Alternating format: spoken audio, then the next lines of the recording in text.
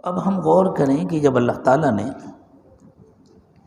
انسانوں کو بندگی کا حکم دیا ہے تو فطری طور پر انسانوں کو مزاج کیا عطا فرمایا؟ انسانوں اور جناتوں کے سلسلے میں اللہ نے فرمایا وَمَا خَلَقْتُ الْجِنَّ وَالْإِنسَ إِلَّا لِيَعْبُدُونَ، میں نے انسانوں اور جناتوں کو صرف اپنی بندگی کے لیے ہی بنایا۔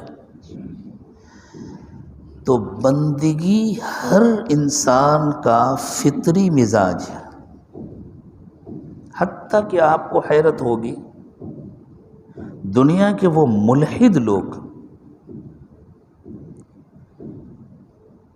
جو اس کائنات کو بنانے والے کو نہیں مانتے،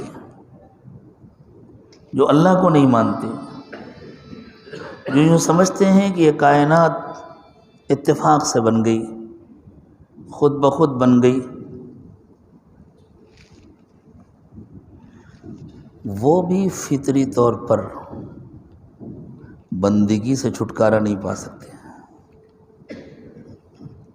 بندگی کا شدید تقاضا ان کے اندر بھی ہوتا ہے،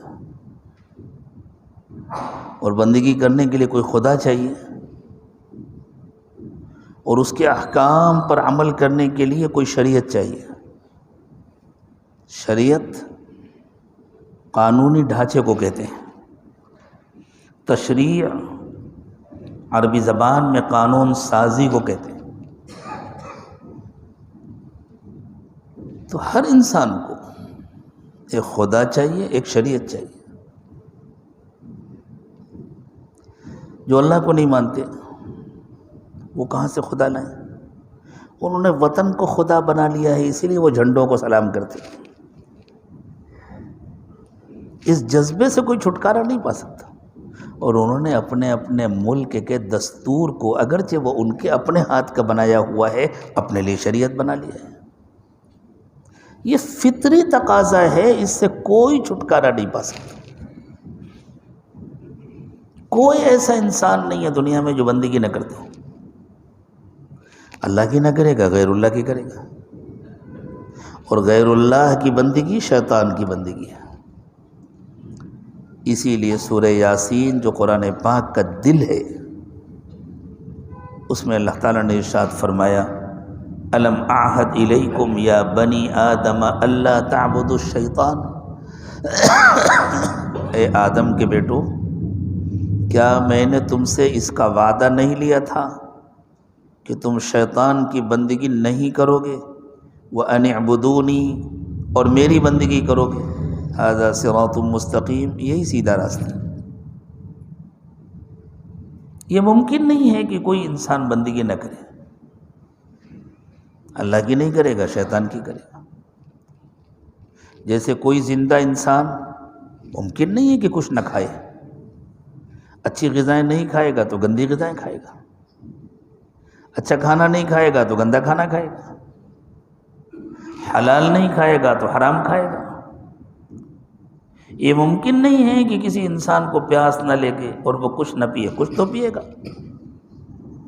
صاف ستھرا پانی نہیں پیے گا، دودھ نہیں پیے گا، جوس نہیں پیے گا، شربت نہیں پیے گا تو کوئی گندی چیز پیے گا۔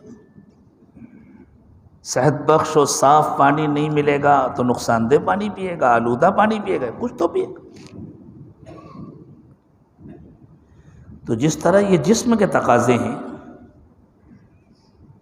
ان سے کوئی انسان چھٹکارا نہیں پا سکتا، شہر میں رہتا ہو، گاؤں میں رہتا ہو، پڑھا لکھا ہو، ان پڑھ ہو، جنگلوں میں رہتا ہو۔ امازون کے جنگلوں میں رہنے والے وہ انسان جنہوں نے کبھی ترقی یافتہ دنیا کو دیکھا نہیں ہے، پڑھے لکھے انسانوں کو کبھی نہیں دیکھا، جن کو پتہ نہیں ہے کہ ہمارے جنگل کے باہر بھی کوئی دنیا ہے، کوئی آبادی، کچھ تو وہ بھی کھاتے ہیں نا۔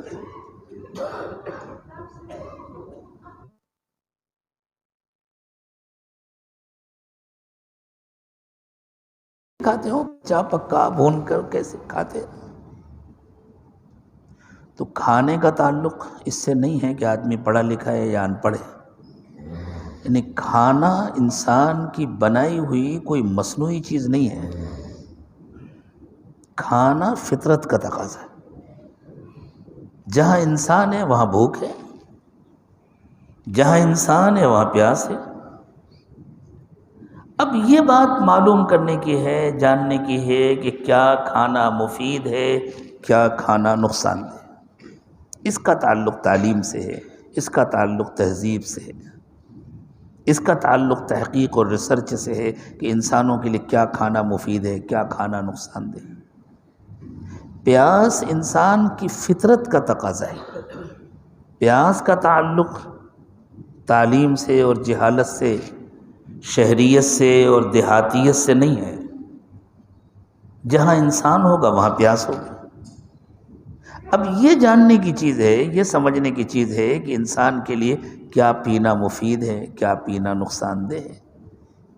اسی لیے اللہ تعالیٰ نے انبیاء کرام علیہم الصلاۃ سے ارشاد فرمایا، یا ایھا الرسل کلوا من الطیبات واعملوا صالحا، پیغمبرو اچھی غذائیں کھاؤ اور نیک اعمال کرو، پاکیزہ غذائیں کھاؤ اور نیک عمل کرو۔ اس لیے کہ انسان اگر حرام غذائیں کھائے گا، گندی غذائیں کھائے گا تو اسے نیکیوں کی توفیق نہیں ملے گی، اچھی اور پاکیزہ غذائیں کھائے گا تو اسے نیکیوں کی توفیق ملے گی۔